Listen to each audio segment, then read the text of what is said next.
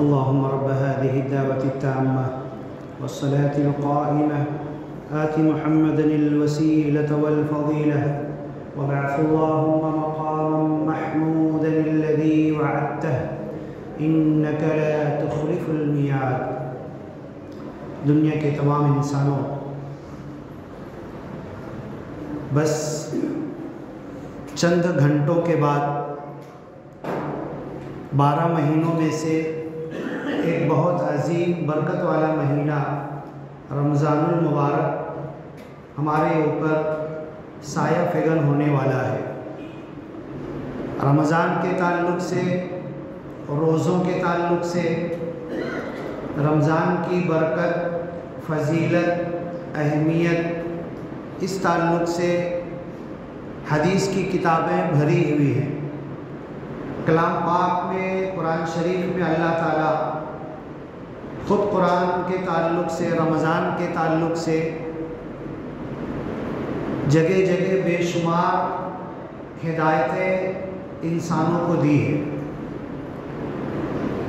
رمضان کے روزے 30 دنوں کے یا 29 دنوں کے مہینے بھر کے فرض کیے گئے۔ یا ایھا الذین آمنوا، اے ایمان والے بندو جو اللہ کو مانے ہو، نبی محمد صلی اللہ علیہ وسلم کو مانے ہو، اور جتنی چیزوں پر ایمان مجمل اور مفصل لانا ضروری ہے، تم سب چیز کو مانے ہو اور سوچ سمجھ کر اسلام میں داخل ہوئے ہو۔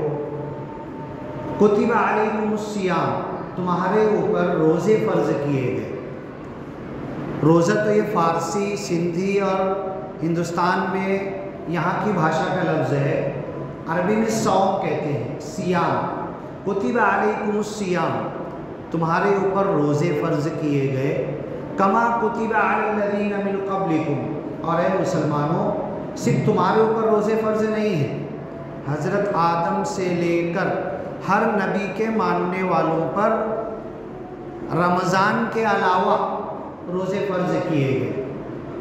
توریت، انجیل، زبور، صحف ابراہیم و موسیٰ، اور ہر نبی کو جو کتاب، صحیفے، ہدایت دی گئی، اللہ کے رسول صلی اللہ علیہ وسلم نے کہا سورہ فاتحہ کسی کو نہیں دی گئی۔ سورہ فاتحہ اتنی عظمت اور برکت والی ہے، ایک طرف پورا قرآن اور ایک طرف صرف سورہ فاتحہ، پھر بھی اس سے بڑھ کر وَلَقَدْ آتَيْنَاكَ سَبْعًا مِنَ الْمَثَانِي وَالْقُرْآنَ الْعَظِيمِ، 7 ایسی آیتیں جو بار بار پڑھی جاتی ہے سورہ فاتحہ کی، وہ ہم نے آپ کو دیا اور مکمل قرآن دیا۔ تو زبور، توریت، انجیل، حضرت ابراہیم، حضرت آدم، کلیم اللہ، حضرت موسیٰ، حضرت عیسیٰ، کسی نبی کو یہ سورہ فاتحہ نہیں دی گئی۔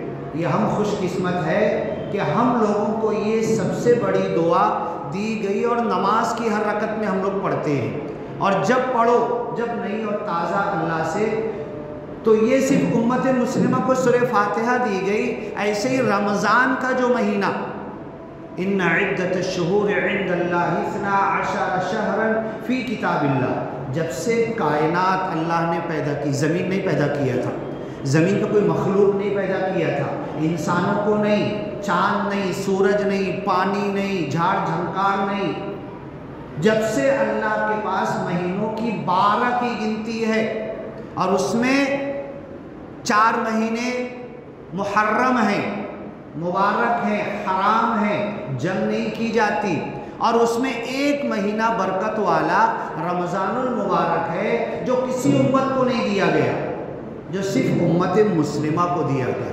کتنا بڑا انعام ہے۔ اور یہ جو رمضان دیا گیا اس کے روزے فرض کر دیے گئے۔ کیا روزے فرض کر کے اللہ نے کوئی مشکل ڈالی ہے ہمارے اوپر، کوئی تکلیف ڈالی ہے؟ پوری آیتیں سنتے ہیں، اس کے بعد یہ باتیں ہم کریں گے۔ کتب علیکم الصیام، یہ رمضان بھر کے روزے تمہارے اوپر فرض کیے گئے۔ کما کتب علی الذین من قبلکم، جیسا کہ تم سے پہلے کے لوگوں پر روزے فرض کیے گئے تھے، ایام معدودات۔ اور یہ جو فرض ہے نا، یہ چند گنتی کے دن، 361 دنوں میں سے 29 یا 30 دن بس، ایام معدودات۔ فمن کان منکم مریضا، اس رمضان میں بھی اگر کوئی مریض ہو، بڑا مریض، چھوٹا موٹا نہیں، چھوٹے موٹے مرض بیماری کو روزہ رکھنے سے دور ہو جاتی ہے۔ اور آپ ٹرائی کر کے دیکھو، جو چھوٹی موٹی بیماریاں ہیں سال بھر کی نفلی روزے بھی رکھو، جمعرات کے، پیر کے، ایام 20 کے، جب چاند روشن ہوتا ہے، اللہ کے رسول صلی اللہ علیہ وسلم عاشورہ کے روزے، اور بھی ایسے سال بھر روزے رکھتے تھے۔ رمضان آنے سے پہلے 2 مہینہ رجب کے پورے روزے رکھ ڈالتے تھے۔ پورا شعبان ابھی ختم ہونے والا ہے، پورا شعبان 60 دن ہو گئے، پھر پورا رمضان 90 دن ہو گئے، پھر ایک دن عید الفطر روزہ رکھنا حرام ہے، اور 4 دن بقرعید کے ایام تشریق کے۔ یہ 5 دن کے علاوہ سال بھر میں آپ کبھی بھی روزہ رکھ سکتے ہیں۔ ایک دن چھوڑ کر اللہ کے رسول شوال کے 6 روزے عید کی باسی سے چالو کر دیتے تھے، 6 وہ 3 مہینے کے 90، 6 100 میں 4 بچے، یہ آپ کی روزے کا معمول تھا۔ ایام معدودات، فمن کان منکم مریضا، اس رمضان میں بھی کوئی بڑا مریض ہو، کیسا مریض ہو؟ اگر روزہ رکھے گا تو افطار تک مر جائے گا، افطار تک بھوکا نہیں رہ سکتا، اس کے لیے چھوٹ ہے۔ او علی سفر، یا کوئی مشکل سفر ہے، آج کل سفر تو بہت آسان ہو گیا، اس لیے قرآن میں اللہ نے یہ کہا ہے، اجازت دی ہے، منع اور حکم نہیں ہے کہ مت رکھو روزہ سفر پہ، ایسا نہیں کہا۔ سفر پہ آج کل اے سی ٹرین ہے، اے سی کی ایروپلین ہے، ایئر کنڈیشن ہے، بہترین کار ہے، اے سی کی کار ہے، اے سی کی بس ہے، سفر کچھ معلوم ہی نہیں پڑتا، تو بہتر ہے کہ سفر پہ روزہ رکھ لو۔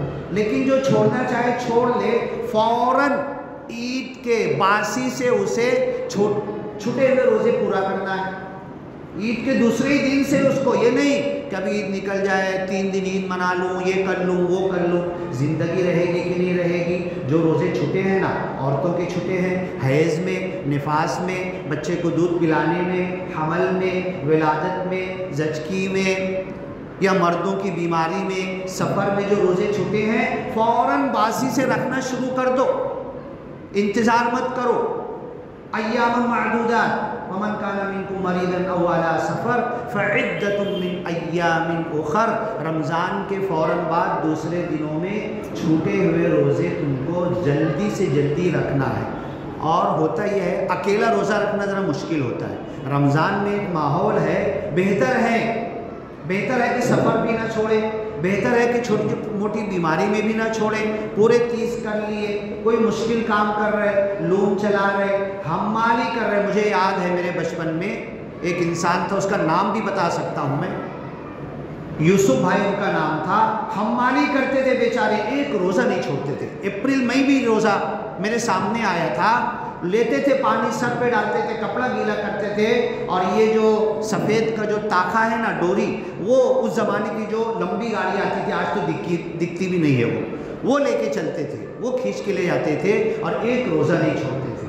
تو کتنا بھی مشکل کام ہو، کتنا بھی محنت کا کام ہو، روزہ چھوڑنے کی اجازت نہیں ہے۔ فعدۃ من ایام اخر وعلی الذین یطیقونہ، جب رمضان کے روزے فرض ہوئے نا تو اللہ نے معمولی سی چھوٹ رکھی تھی کہ جو طاقت رکھتا ہے اور جو بڑی مشکل سے طاقت رکھتا ہے، فدیۃ طعام مسکین، اگر وہ روزہ نہ رکھنا چاہے تو مسکین کو کھانا کھلا دے، اس کے روزے کے برابر ہو جائے گا۔ فدیۃ طعام فمن تطوع خیرا. اب اگر ایک بوڑھا ہے جو روزہ نہیں رکھ سکتا، اس کے لیے بھی یہی حکم ہے. ایک بوڑھے کی طرف سے ایک مسکین کو 2 ٹائم کا کھانا، سحری اور افطاری، ایک مسکین کو تم کرا دو. بوڑھا جو نہیں رکھ پا رہا ہے اس کا روزہ ہو جائے گا. فمن تطوع، بوڑھے نے روزہ نہیں رکھا، کسی اور وجہ سے نہیں رکھا اور مسکین کو کھانا کھلا دیا. رمضان بعد طاقت آ گئی، کھانا کھلا دیا تھا، اب طاقت آئی تو جتنے چھوٹے تھے نا پھر سے رکھ لے. فمن تطوع خیرا، اگر تم پھر سے رکھ لو گے یہ تمہارے لیے بہتر. وَأَن تَصُومُوا خَيْرٌ لَكُمْ، اور روزہ ضرور رکھو یہ تمہارے لیے بہتر ہے، بھلا ہے، اچھا ہے. اوپر کہا لَعَلَّكُمْ تَتَّقُونَ، روزہ رکھو گے تو اللہ کا ڈر، خوف، خشیت، روحانیت، انسانیت، اللہ کی طرف لگاؤ، اللہ کا تقوی پیدا ہوگا. نیچے آ کے کہہ رہا وَأَن تَصُومُوا خَيْرٌ لَكُمْ، روزہ رکھ لو تمہارے لیے بہتر ہے. فمن تطوع، رمضان کے علاوہ بھی جو روزہ رکھے گا یہ اس کی باڈی کے لیے، دل کا بیمار ہے، جگر خراب ہے، کڈنی خراب ہے، باڈی کے اندر بیماریاں ہیں، روزہ رکھو. روزہ رکھو، دھیرے دھیرے آپ کا بدن طاقت کی طرف آئے گا. بھوک سب سے بڑی دوا ہے. آپ نے دیکھا ہوگا جانور جب بیمار ہوتا ہے نا، اس کے من پسند چارہ لا کے اس کے سامنے ڈال دو، سونا رکھ دو، کھائے گا نہیں، چپ چاپ کھڑا رہے گا.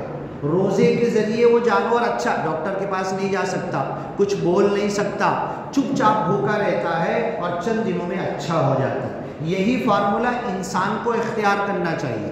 وَأَن تَصُومُوا خَيْرٌ لَكُمْ إِن كُنتُمْ تَعْلَمُونَ، روزہ رکھنا ہر حالت میں تمہارے لیے بہتر ہے. اگر تم جانکاری سے کام لو، علم سے کام لو، مائٹی سے کام لو، سائنس کی باتیں میچ کر کے دیکھو. اور سائنس نے بتا دیا ہے، جاپان کے ایک سائنٹسٹ کو نوبل پرائز ملا تھا، مسلم نہیں تھا وہ، اس نے یہی لکھا کینسر کا کوئی علاج نہیں، صحیح بات ہے، لیکن اس نے کہا کینسر کوئی بیماری بھی نہیں ہے، کینسر کا ایک علاج ہے. اس نے بتایا کینسر کا علاج روزہ ہے، بھوک ہے، صرف صاف پانی اس کو دینا ہے اور بھوکا رکھنا ہے 30 دن 35 دن 40 دن. جتنے دن کینسر کے مریض کو بھوکا رکھو گے، آدھی کھجور، ایک کھجور صرف چوس کر اس کو دینا ہے، چبا کے نہیں، منہ میں رکھ کے چوس اور تیرے کو پانی دیں گے.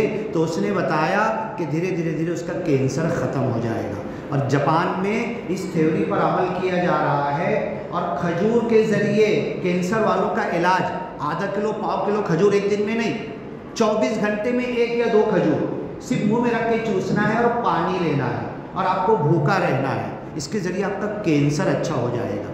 یہ اللہ تعالیٰ ہمیں وَأَن تَصُومُوا خَيْرٌ لَكُمْ، تمہارے بدن کے لیے، تمہارے باڈی کے لیے، تمہاری صحت کے لیے یہ بہتر ہے کہ تم روزہ رکھو، رمضان کے بھی، رمضان کے علاوہ بھی. شہر رمضان، رمضان ایسا مہینہ ہے الذی انزل فیہ القرآن، جس کے اندر قرآن نازل کیا گیا. وہ گھڑی بند امام صاحب، ٹائم 3-4 منٹ رہے گا تو مجھ کو اشارہ کر دینا.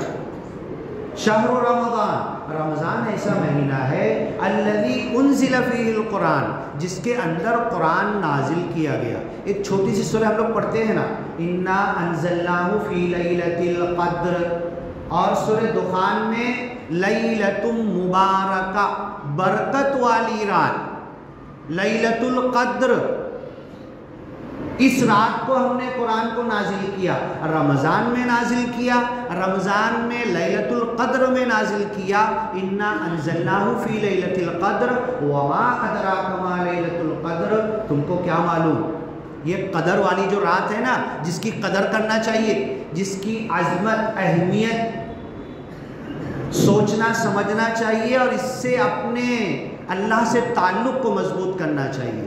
وما ادراک ما لیلۃ القدر، لیلۃ القدر خیر من 1000 شہر، 1000 مہینوں سے بہتر ہے. گن کے 1000 نہیں، بولے 17 بات مت کر، گن کے 17 بات مراد نہیں ہوتی ہے. ہزاروں مہینے، صرف 1000 نہیں، ہزاروں سال، ہزاروں صدیاں، زندگی عمر ختم ہو جائے گی، لیکن ایک رات کی جو اہمیت ہے وہ کبھی ختم نہیں ہونے والی۔ خیر من الف شہر تنزل الملائکۃ والروح فیہا، اس رات کو فرشتے نازل ہوتے ہیں، جبریل امین جن کو روح کہا گیا وہ نازل ہوتے ہیں، من کل امر، ایک ایک چھوٹا بڑا معاملہ لے کر نازل ہوتے ہیں۔ میرا 1 روپے کا مسئلہ ہے کہ 1 کروڑ 10 لاکھ 10 ارب میرے بنگلہ، کار اور فیکٹری اور بزنس کا معاملہ ہے، ہر چھوٹے بڑے معاملے کے لیے سارے فرشتے فی کبکبۃ من الملائکہ، اور فرشتے بھی کتنے معلوم ہیں؟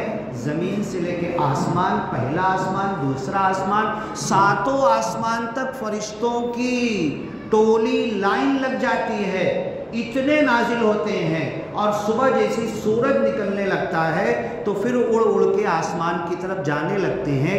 اسی لیے لیلۃ القدر کو جب سورج نکلے گا فرشتوں کے پر کی وجہ سے اس کی روشنی زیادہ تیز نظر نہیں آئے گی، یہ اس کی پہچان، اور بھی کئی پہچان حدیثوں میں بتائی گئی ہے۔ یہ لیلۃ القدر میں نازل ہوتے ہیں، سلام، ایک ایک کو سلام کرتے ہیں۔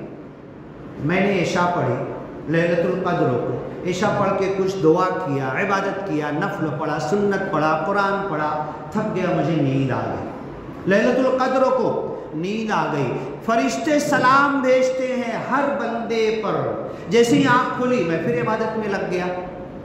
سونا بھی عبادت ہے، بندہ اللہ کی عبادت، ذکر، نماز جو بھی لگا ہوا تھا، بیٹھا بیٹھا اسے نیند آ گئی، وہ عبادت میں لکھا جائے گا۔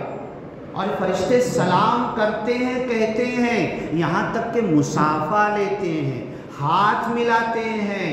اور جیسے حضرت جبریل علیہ السلام تو بہت عظمت والی بات ہے، اللہ کے رسول صلی اللہ علیہ وسلم کے پاس قرآن لے کر آتے تھے، قرآن سناتے تھے۔ جبریل وحی کے فرشتے ہیں، ایک عام فرشتہ ایک عام بندے اور انسان سے اگر ہاتھ ملا لے تو ہمارے اندر وہ روحانیت اور نورانیت پیدا ہوتی ہے، آنکھ سے آنسو جاری ہوتے ہیں۔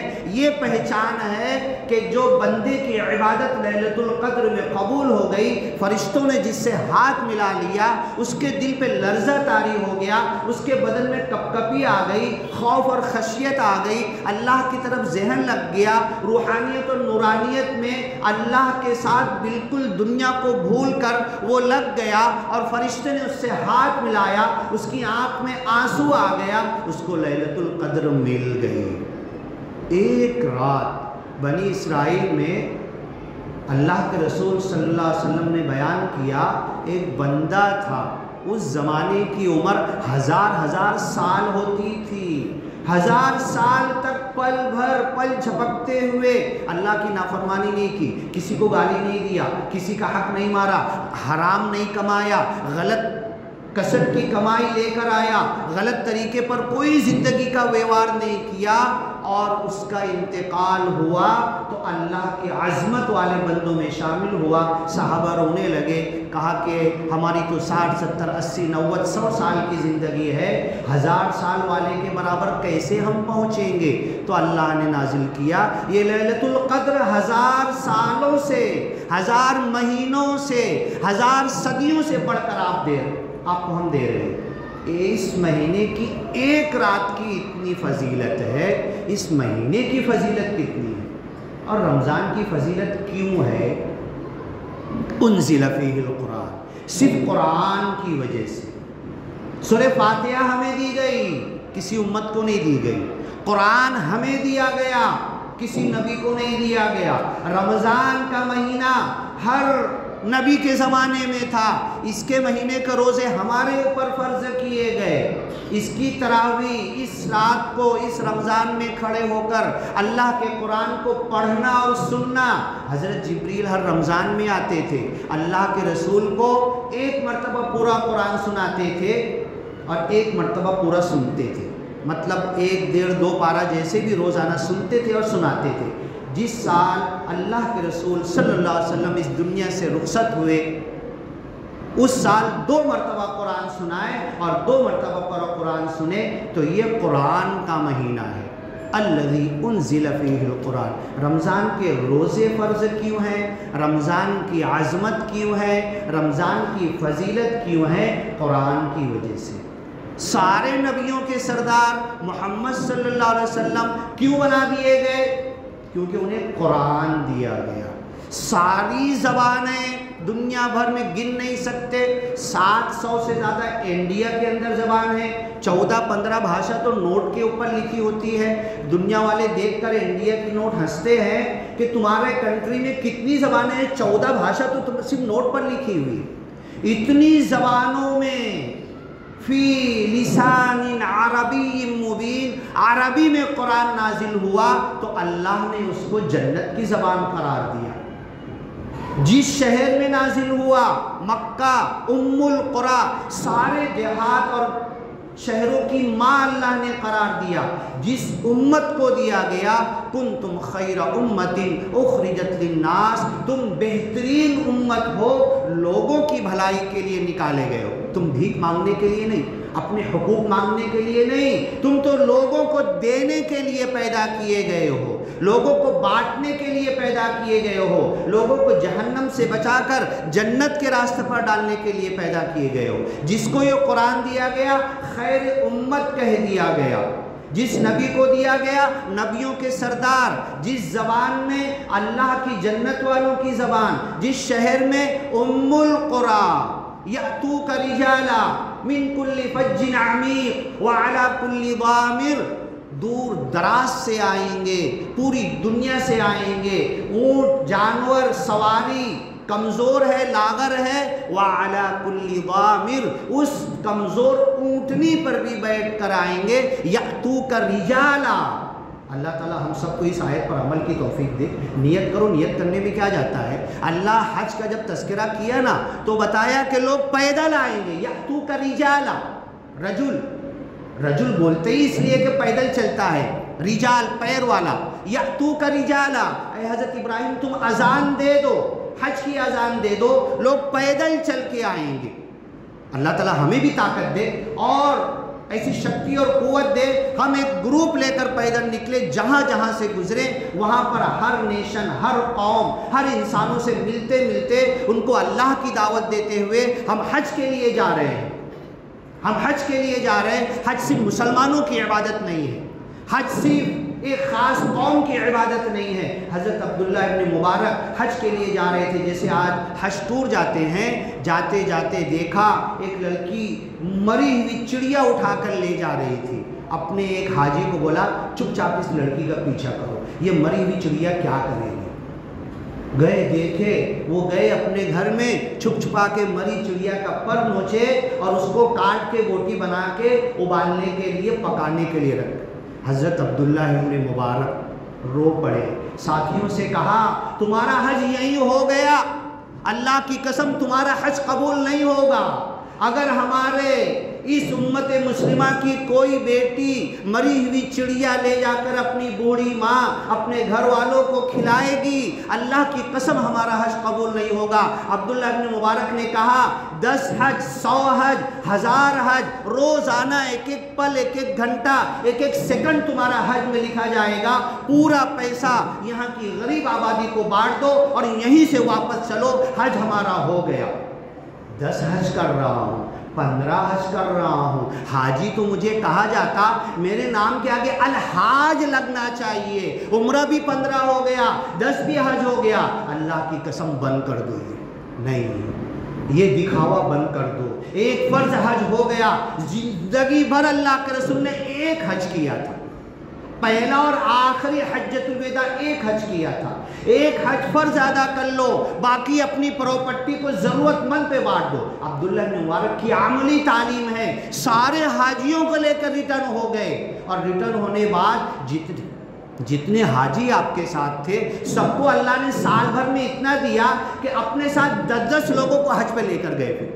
یہ اللہ دیتا ہے، تو دنیا میں جو ضرورت ہے، یہی روزہ آیا ہے، یہی رمضان آیا ہے۔ کتنا بجے امام صاحب ہو گیا نا؟ رمضان اس لیے آتا ہے، رمضان اس لیے نہیں آتا امت کو بھکاری بنا دو، رمضان اس لیے نہیں آتا کہ برقع پہن کر ہماری مائیں بہنیں 10-10 20-20 100 روپیہ بھیک مانگنے کے لیے نکل جائے. رمضان اس کے لیے نہیں آتا، اللہ کی قسم مجھے معاف کرنا، رمضان اس کے لیے نہیں آتا کہ ہم ہر طرف بھکاری ہی بھکاری نظر آئیں.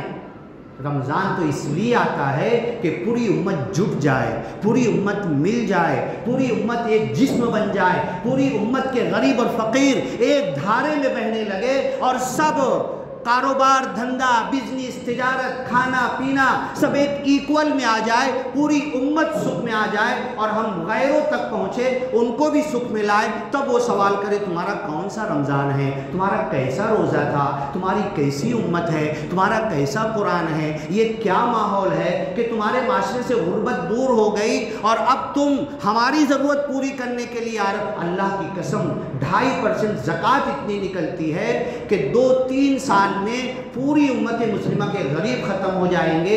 وَفِي الْمَالِ حَقٌّ سِوَى الزَّكَاةِ، زکوٰۃ کے علاوہ بھی کچھ دینا ہے.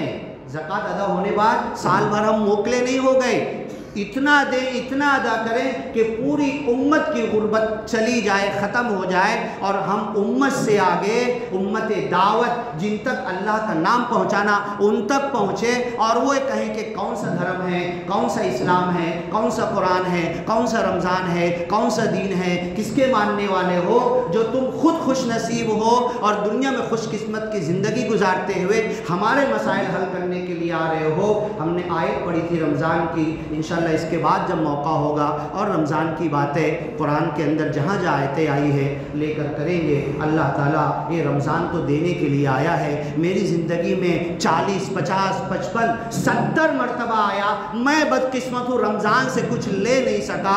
اللہ اس رمضان میں مجھے کچھ لینے، میری جھولی خالی ہے، میرا دامن پھٹا ہے. اللہ اس رمضان میں ضرور کچھ لوں گا اور کچھ لینے بعد میرے گھر میں روشنی آئے گی، میرے پڑوسی میں لائٹ کی روشنی نہیں، ایمان، روحانیت، انسانیت کی روشنی آئے گی. میرے گلی میں، میرے محلے میں، میرے گاؤں میں، میرے ملک میں اور پوری دنیا میں رمضان کی برکتوں کے ذریعے ہم آگے ہی بڑھتے چلے جائیں گے. بارک اللہ لنا ولکم فی القرآن المجید ونفعنا وإیاکم بالآیات والذکر الحکیم. انہ تعالی جواد کریم ملک بر رؤوف رحیم ورب حمید.